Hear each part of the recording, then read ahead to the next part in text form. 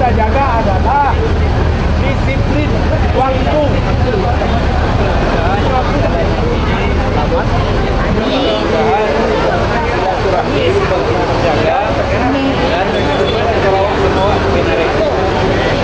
Tujuan dari perjalanan wisata religi silaturahmi dan sekaligus juga refreshing dan ngurus cuci di rumah. Ya benar. Benar habisin hari itu. Labau nasuk sih badan. Ini maksudnya awak menikmati itu. Nah, tapi ya begitu Pak Ketua tadi jaga kekompakan. Kalau pasti ada beko ke ibu. Ayo, ibu adu. Nah, terima dengan lapang dada. Jadi usul kali. Nah, itu saja. Jadi selamat kepada bapak dan ibu. Selamat menempuh perjalanan yang cukup jauh ini. Nikmatilah perjalanan ini, mudah-mudahan apa yang menjadi tujuan dan perjalanan dapat sampai dan. Tadi demikian, selamat jalan. Mudah-mudahan perjalanan ini diberkati oleh Allah dan semua dalam keadaan sehat. Selamat hari.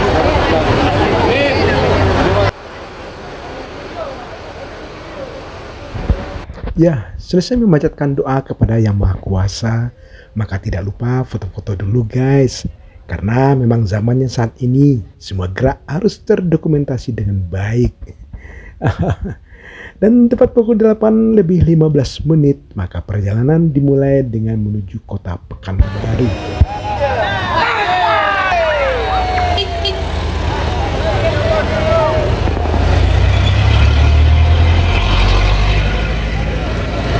Setelah acara bersalam-salaman dan cipika-cipiki dengan anggota keluarga pengantar masing-masing, semua para peserta yang rata-rata sudah lansia ini terlihat dengan tertib menaiki bus masing-masing. Ya, sesuai dengan loading tempat duduk yang telah disepakati sebelumnya. Dan kebetulan saya berada di bus 1 dengan korlap Bapak Respayanto.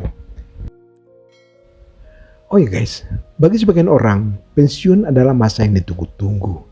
Karena dapat bebas beraktivitas tanpa rutinitas pekerjaan.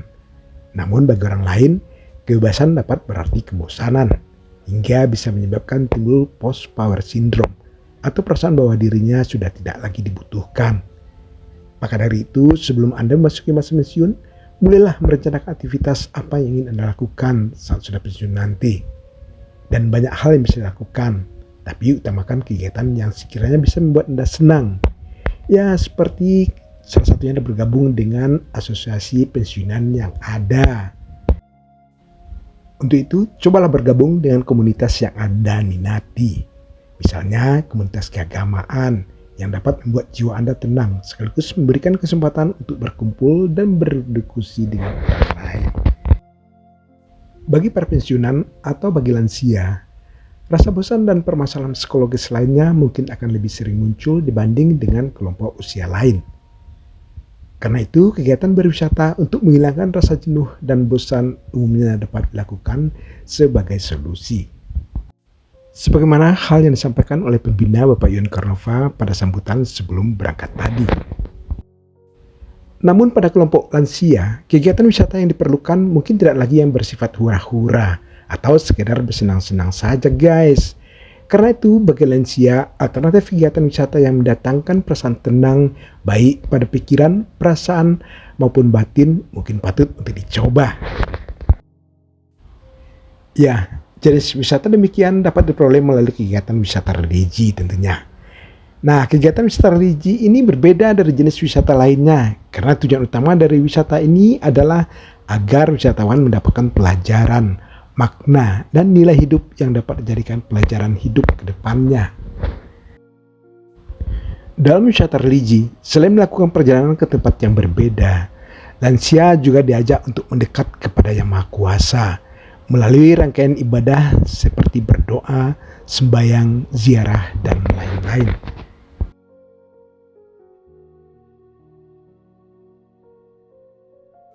Ya, dari beberapa literatur diketahui bahwa wisata religi ini memiliki beberapa manfaat.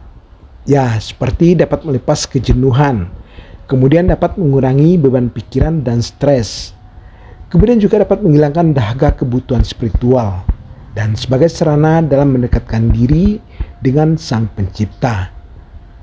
Kemudian juga sebagai sarana untuk mengingat kematian, dan kemudian sebagai momen untuk merefleksikan batin serta menambah wawasan keagamaan. Kami akan wisata religi ke Nanggala Aceh Darussalam. Terus kan 0 kilometer loh.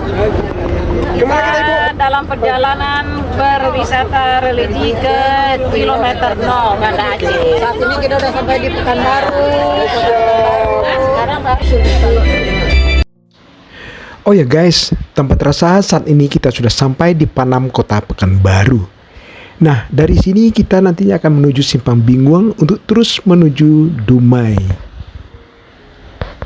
Semenjak dari Bukit Tinggi, semua penumpang yang ada di bus ini kelihatan enjoy dan menikmati perjalanannya. Semuanya bernyanyi, berkaraoke. Kalaupun ada yang malu-malu untuk menyimbangkan suaranya, cukup lambat-lambat atau ada yang dalam hati saja guys.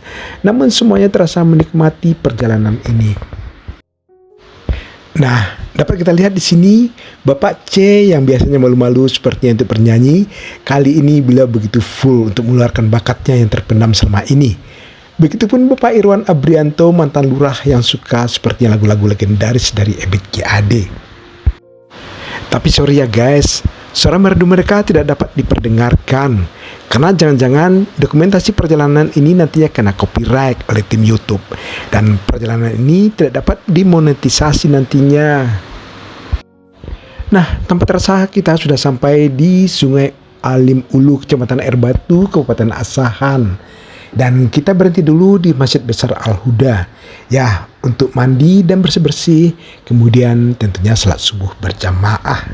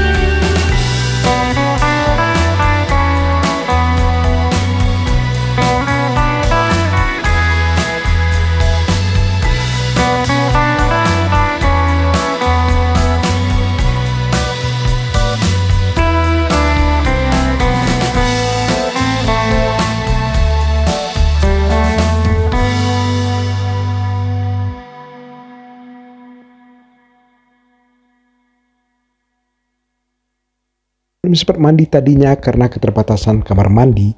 Nah, di sini nantinya berkesempatan untuk mandi pagi dan melepaskan hajat yang belum terlepas tentunya. Ya, kita sudah sampai di Kota Binjai. Istirahat dulu.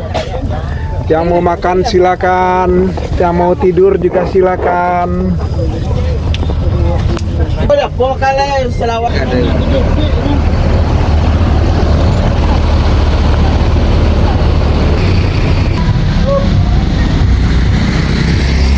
Pak, rekam Pak. Orang jaga lalu. Halo, orang bangun tidur. Ini mau mandi, siap-siap mau mandi. Oke. Ini siap-siap mau mandi. Pasukan. Ini siap.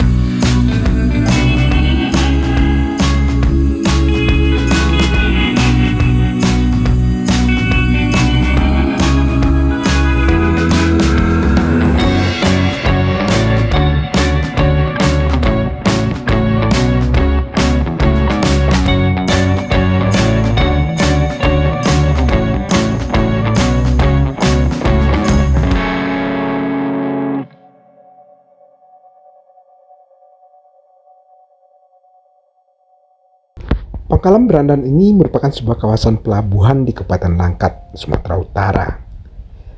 Dia terletak di pesisir pantai timur Pulau Sumatera atau 64 km sebelah barat laut Kota Binjai. Pangkalan Berandan ini merupakan wilayah gerbang yang berdekatan perbatasan Sumatera Utara dengan Aceh. Pangkalan Berandan ini terkenal karena merupakan salah satu ladang minyak tertua di Indonesia dan telah dieksplorasi sejak zaman Hindia Belanda. Kota Pangkalan Berandan ini terletak strategis karena dilalui oleh Jalan Raya Lintas Sumatera dan merupakan pintu gerbang Provinsi Sumatera Utara relatif dari Aceh. Nah, waktu sudah menunjukkan pukul 12 siang dan saatnya kita untuk mencari masjid untuk salat zuhur dan kemudian dilanjutkan dengan jamak asar. Ayo kita berhenti dulu.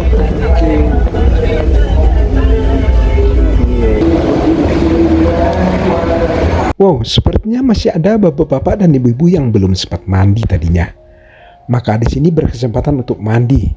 Ya, karena memang tidak semua lokasi masjid atau tempat istirahat yang bisa menyediakan kamar mandi yang mencukupi untuk menampung 3 bus sekali berhenti ya guys. Oh, oke. Sip. Ayo Uno.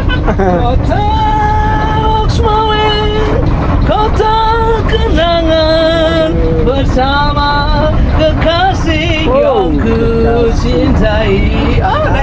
Keren. Agak pamulas gitu gini. Lagu lagu lagu. Udah. Apa lagunya? Belum jumpa. Belum jumpa berganti Aceh. Gunung terlebih indah laganya. Gunung jumpa. Kuning putih kuning. Ini yang dilalui selama dalam pulang. Masjid Raya, Besita.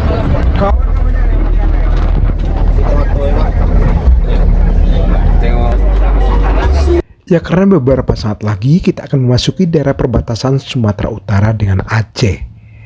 Terlihat Bunda Linda begitu bersemangat dan sepertinya terlihat luapan kegembiraan di wajahnya.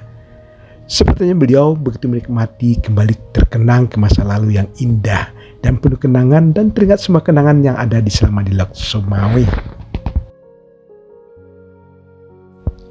Nah, sekarang kita sudah memasuki gerbang perbatasan Aceh. Belum, kita sudah masuki perbatasan Sumatera Utara dengan daerah istimewa Aceh, Nangro Aceh Darussalam. Berlakulah undang-undang kanun di sini. Kalau sampai kami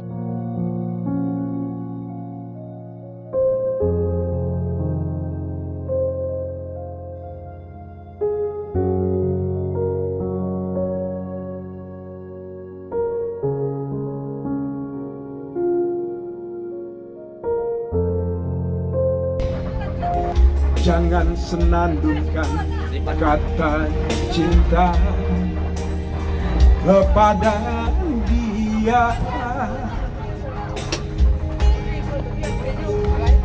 Katakan saja aku tak mau menunggu lagi. Biar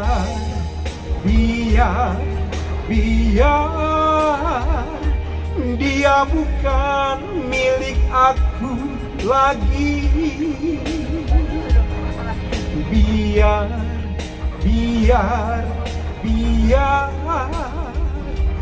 dia tak cinta padaku lagi. Biar dia pergi. Biar ku sendiri. Aku pun tak cinta lagi di malam ini.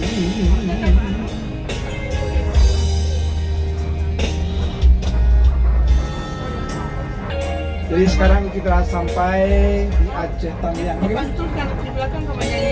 Ya, Kabupaten Aceh Tamiang ini merupakan salah satu kabupaten di Provinsi Aceh. Dan kabupaten ini merupakan hasil pemekaran dari Kabupaten Aceh Timur dan terletak di perbatasan Aceh dengan Sumatera Utara. Kabupaten ini berada di jalur timur Sumatera yang strategis dan hanya berjarak lebih kurang 250 km dari kota Medan, sehingga akses serta harga barang di kawasan ini relatif lebih murah daripada daerah Aceh lainnya.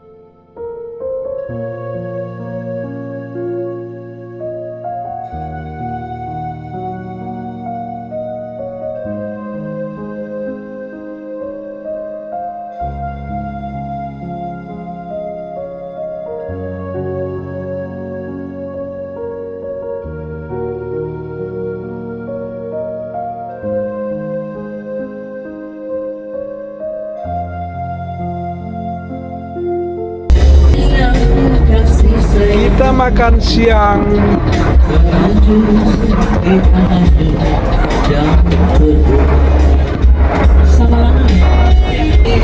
Ayo ibu, yang mau makan silakan. Ya silakan makan. Yang mau tidur juga boleh. Yang mau mandi juga boleh. Ya kita makan siang dulu. Ini di mana sekarang tuh? Ya rumah makan Simalanga.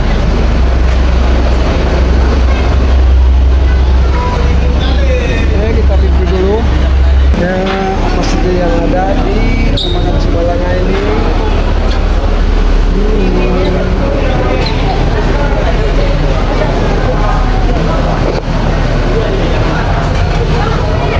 Ambil sendiri kembali. Bapak sudah ada duanya.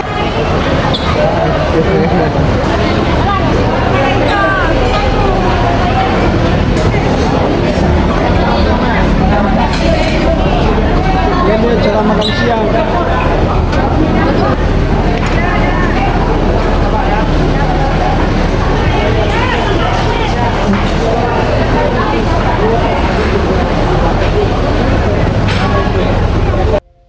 Usai makan siang, perjalanan kita lanjutkan kembali.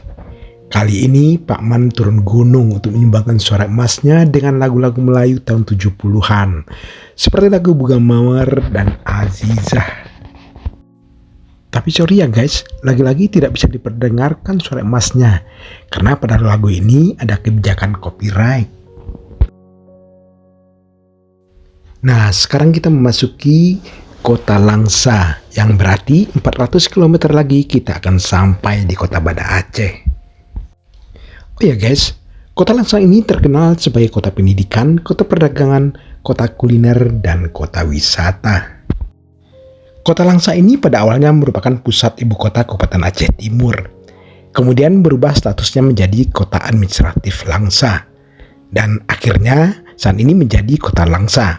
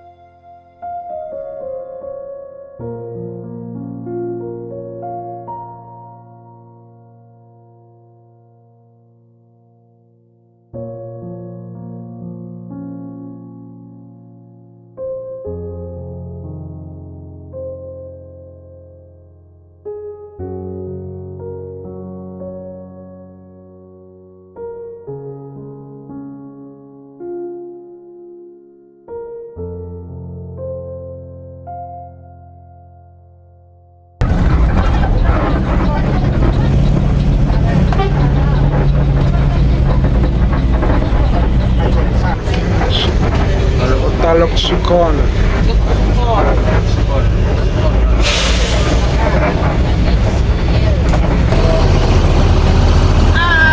Halo, kita sudah berada di Lok Sukon untuk salat maghrib berjamaah.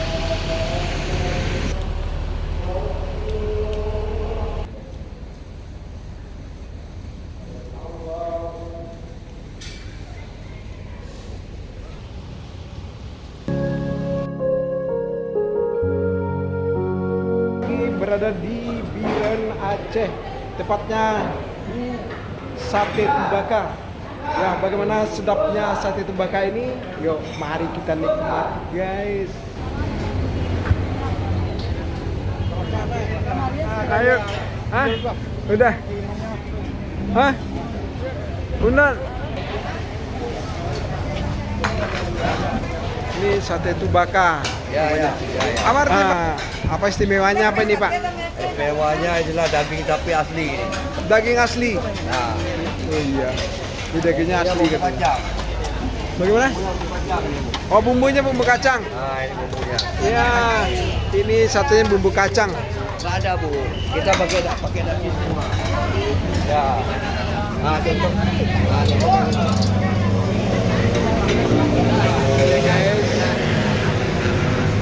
Ya, ini sate Tubaka. Jadi Tubaka itu nama pemiliknya. Pakai nasi. Ya, istimewanya satenya pakai nasi, guys. Bukan pakai lontong. Jadi ini istimewa sekali nih sate.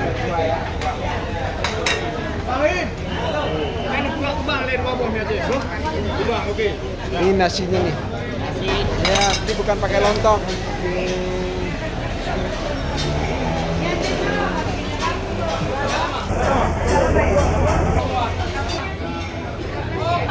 Belum ada yang makan nasi. Nanti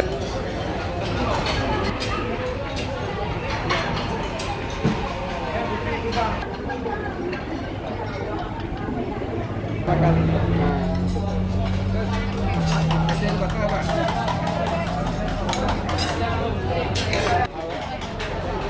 Nasi goreng pakai nasi.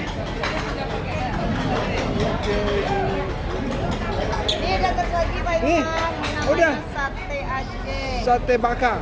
Sate Tubaka. Nasi pakai kuah, pakai kacang. Aduh. Sate apa? Sate matang. Oh. Ya, setelah salat maghrib, saat ini kita lagi menikmati makan malam di restoran Sate Tubaka Matang yang berada di pinggir kota Biren. Sepertinya makanan di sini enak-enak, guys. Terlihat semua pensiunan cukup lahap memakan makanan. Oh, jadi satu porsinya 35.000 dan kalau pakai nasi jadi 42.000. Ya. Oke.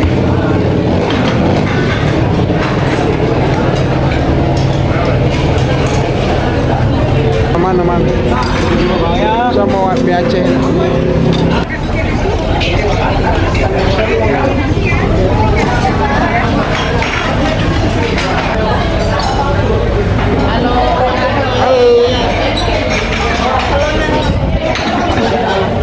Sip. Oh, mie Aceh.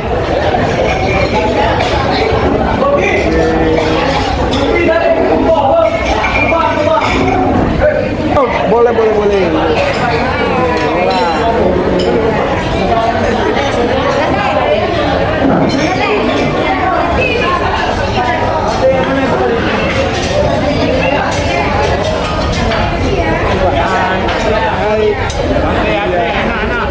Enak, satenya enak. Oke.